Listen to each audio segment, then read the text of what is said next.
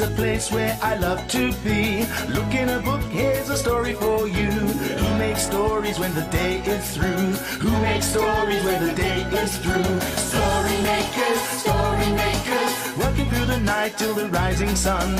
Story makers, stories are fabulous, stories are fun. Milton Wordsworth, Shelley and Jackson, working through the night till the rising sun. Story makers, stories are fabulous, stories are fun. Come and be a story maker.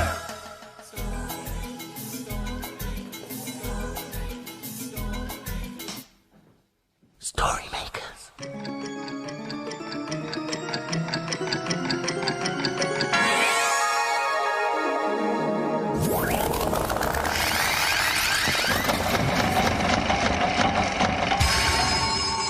Story makers. It's midnight. Hello. has everybody gone? Welcome, one and all. Milton Wordsworth, story maker and magical maestro, at your service. I felt it was time to make up a rhyme like the children were learning today. This poem's all mine. I hope it is fine. If not, I hope you will say. Bravo, well done. It sounded very hard, Jackson. How did you do it? Well, I matched up all the words that end the same way, like rhyme and time and today and say. Oh. Milton, you're good at doing that too, aren't you? Well, yes, it's poetry, and you know how I love poetry. But it can be hard, especially if you can't think of anything that rhymes. What rhymes with jelly? Smelly. I'll tell you what, why don't we make a story about rhyming? Ooh, that's a good idea, I fear. Well done, son. Very funny, Bunny. Come on. Well, now, let's see. Here are some children's names for a rhyming story. Now for some imagination. Ready to get the machine going? Imagine a story.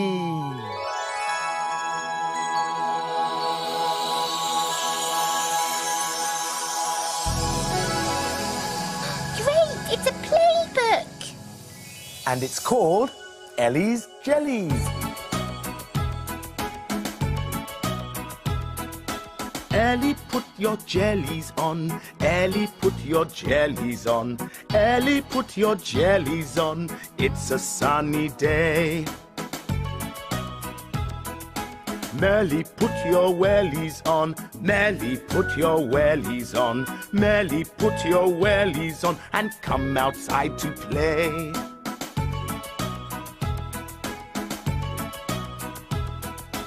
Kimmy, put your swimmies on. Kimmy, put your swimmies on. Kimmy, put your swimmies on and party in the pool.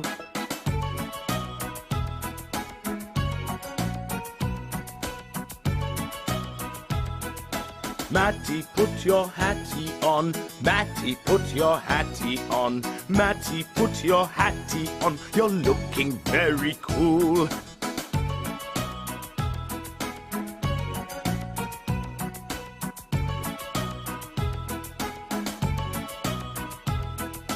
Ginny, put your pinny on. Ginny, put your pinny on. Ginny, put your pinny on. We're making buns for Mum. Tilly, put your frilly on. Tilly, put your frilly on. Tilly, put your frilly on. It's time for party fun.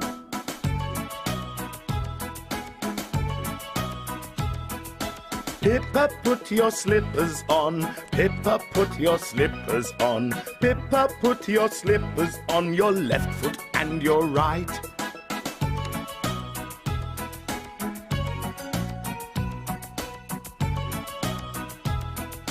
Sammy, put your jammies on. Sammy, put your jammies on. Sammy, put your jammies on. It's time for bed. Night, night.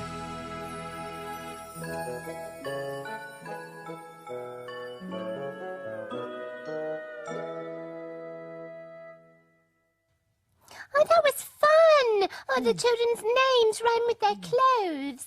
I've been looking at more words that rhyme. Shoe, two, blue. Judge Jackson, What? shall we make a story with one of these things? Oh, yes, but which one? Oh, I'm not sure. Oh, I'll use the shoe. Okay, why? Because you can't decide, Jelly. Oh, For story number 2, we can use this shoe. That's a good rhyme. Are you ready to say the magic words? Imagine, imagine, imagine a story.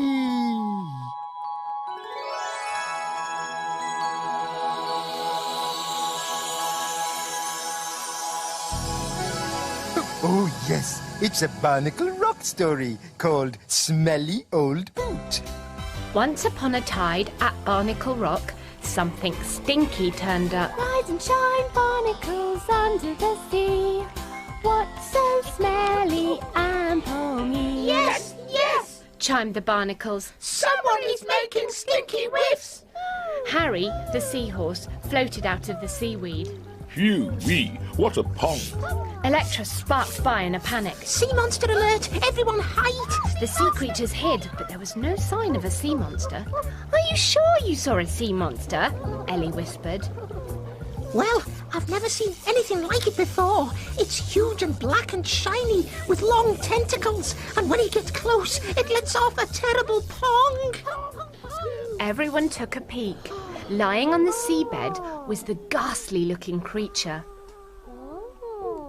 Oh, isn't it horrid? Ellie gasped. And doesn't it pong? Winced Electra. Gruff, the pufferfish, swam out from behind his slimy stone. What's that lovely smell? He asked. Careful, Gruff, it's a sea monster! No, it isn't a sea monster. Grumbled Gruff. I think it's rather lovely. But whatever can it be? Hissed Electra. Perhaps we should ask Papa Clam. Did somebody call? Popper Clam appeared from under the sand. Oh, what's that awful smell? It's a stinky sea monster, shouted the sea creatures. No, it isn't. Said Gruff sulkily. Popper Clam took a closer look. It's not a sea monster. That there creature is an old boot. The people up top put boots on their feet so it won't hurt if they step on something sharp. But why does it smell? Hissed Electra. Old boots get very stinky. This one could make Barnacle Rock smell for weeks. Sighed Popper Clam. All the sea creatures looked glum, except for Gruff, who looked quite pleased. But how can we get rid of it? Ellie groaned. It's so big. Suddenly, Electra screamed. Watch out! Watch out! There's a hook about! A fishing hook had appeared. The creatures swam about wildly. Don't panic, shouted Ellie. I've had an idea. Ellie floated up to the hook and nudged it into the boot. They all watched in amazement as the boot was hauled out of the water. Gruff almost shed a tear. Well done, Ellie. Boomed Popper Clam. It smells better already. Well, that's the end of our whiffy adventure for today, Ellie giggled. We've got one story left, and we've got a blue and a moo and a two. Oh, I know. What? Well, if we put the blue and the moo in the machine, we might get a blue cow story, and then we can put in the number 2 just for fun. Bravo! The blue, the moo, and the number 2. And the final ingredient is your imaginations. Imagine, imagine, imagine a story.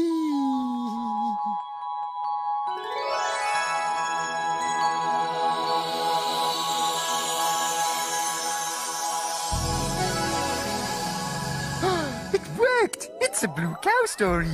And it's called Blue Cow the Bridesmaid. In a field not far away is a herd of cows grazing quietly. One of the cows is most unusual. Blue Cow wonders about the big world beyond her field. One day, Blue Cow could hear some bells ringing, as though they were ringing high up in the sky. I wonder where that magical chiming's coming from. She's off again, said the other cows. So Blue Cow caught the bus that stops beside her field. I'd like a ticket to where there are bells playing, please. There you go, madam. Hold very tight. And they set off for a church.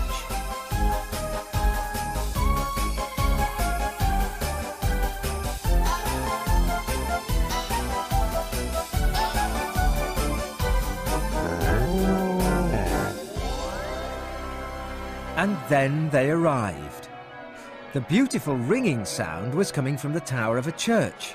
In front of the church there were some people that looked like fairies in pretty dresses, and there were men in tall hats. In the corner was one fairy that was crying. She had the fluffiest, frilliest, whitest dress Blue Cow had ever seen. She walked up to the beautiful lady. Why are you crying? It's my wedding and I've fallen over and hurt my knee and I can't walk down the aisle in the church and everybody's waiting for me. Oh, please don't cry. Blue Cow couldn't bear to see such a pretty face looking so unhappy. If you want me to, I can carry you on my back down the aisle, Blue Cow said. The bride smiled a big, big smile. Her whole face lit up. Oh, thank you. Oh, you could be my chief bridesmaid. The other fairies, who were really bridesmaids, decorated Blue Cow all over with flowers. They were all colours and sizes, and they smelt lovely. Blue Cow felt like a fairy cow. The music in the church started playing, and Blue Cow carried the bride on her back. The bride's dress was flowing, and Blue Cow carried a bouquet of flowers in her mouth. Everyone in the congregation clapped and cheered, for no one had ever seen such a fine wedding procession. After the wedding, the bride threw her bouquet high, high into the air. Everyone hurried around with their arms flapping in the sky. As the flowers came down, Blue Cow leapt up and caught them. You're a lucky cow, said a lady in a fetching yellow outfit. You'll be getting married soon. I think I need to go home first, Blue Cow said, worrying that one of the men in tall hats would have to come and live in her field with her. You'll never guess where I've been. Where have you been? I've been to a wedding and I was a bridesmaid. Everyone knows cows can't be bridesmaids. But we know they can, don't we? I think you should know that it's time to go. Sally is right. It's no longer night. In fact, I would say it's getting light. The dawn is upon us. The morning is nigh. We've made our stories and we bid you goodbye.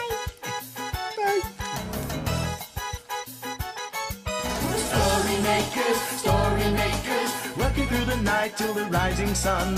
Story makers, stories are fabulous. Thanks for helping. Bye, story makers. See you again soon.